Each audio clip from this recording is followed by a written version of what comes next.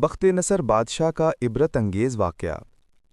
بخت نصر بادشاہ ابتدا میں نہایت نیک بخت و صالح تھا۔ حضرت زکریہ اور یحییٰ کی نہایت اطاعت کرتا تھا۔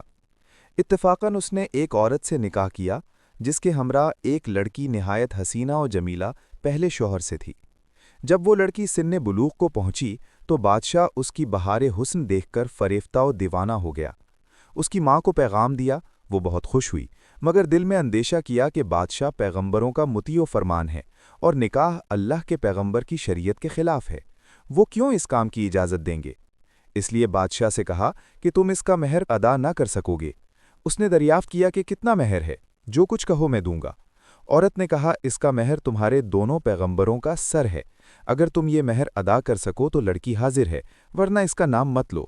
بادشاہ نے کہا کہ یہ پیغمبر ہمارے دشمن نہیں بلکہ ہمارے خیرخواہ اور دعا گو ہیں، ان کو بے جرم و گناہ قتل کرنا ظلم عظیم ہے، اس کے سوا کچھ مانگو، جو مہر کہو مجھے منظور ہے۔ اس نے کہا اس کے سوا کوئی مہر نہیں ہے۔ بادشاہ نے ہوائے نفسانی سے مغلوب ہو کر فوج کو حکم دیا کہ دونوں بے گناہوں کا سر کاٹ لاؤ۔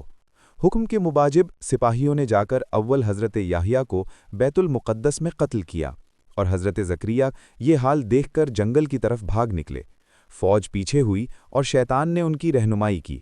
جب سپاہیوں نے دبایا اور گھیر لیا تو حضرت زکریا نے ایک درخت سے التجا کی کہ مجھ کو اس وقت پناہ دے۔ وہ درخت پھٹ گیا، یہ اس کے اندر سما گئے، وہ پھر بند ہو گیا، لیکن قدرے کپڑا باہر رہ گیا۔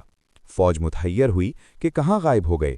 شیطان نے نشان دیا کہ اس درخت کے اندر ہیں اور یہ کپڑا ان کے موجود ہونے کی علامت ہے۔ پھر شیطان نے آرا کی ترکیب بتلائی، درخت چیرا گیا۔ جب نوبت آرا کی سر تک پہنچی تو حضرت یحییٰ نے سسکی بھری۔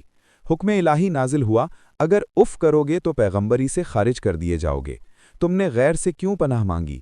اگر ہم سے التجا کرتے تو کیا ہم پناہ نہیں دے سکتے تھے؟ اب اس کا مزہ چکھو اور چپ سر پر آرا چلنے دو۔ غرضیے کے سر سے پاؤں تک جسم چیرا گیا اور حضرت زکریا نے دم نہ مارا۔ جب دونوں پیغمبر اس بے دردی سے قتل ہوئے تو غضب الہی نازل ہوا، دن تاریک ہو گیا۔ ایک بادشاہ فوج خونخوار لے کر چڑھ آیا اور اس شہر کے باشندوں کو گرفتار کر لیا۔ حضرت یحییٰ کا خون بند نہ ہوتا تھا، جب قبر میں رکھتے تھے تو قبر خون سے لبریز ہو جاتی تھی۔ بادشاہ کے لشکر نے قسم کھائی کہ جب تک خون بند نہ ہوگا میں قتل سے باز نہ رہوں گا۔ ہزارہا آدمی تہہ تیغ کر دیے، لیکن خون بند نہ ہوا۔ اس وقت ایک شخص حضرت یحییٰ کی لاش پر آیا اور کہا کہ تم پیغمبر ہو یا ظالم؟ ایک خون کے بدلے میں 1000 آدمی قتل ہو چکے، اب کیا سارے جہان کو قتل کراؤ گے؟ اتنا کہنا تھا کہ خون بند ہو گیا۔ جامعہ دمشق میں حضرت یحییٰ کی قبر ہے۔ بحوالہ حکایات اولیاء۔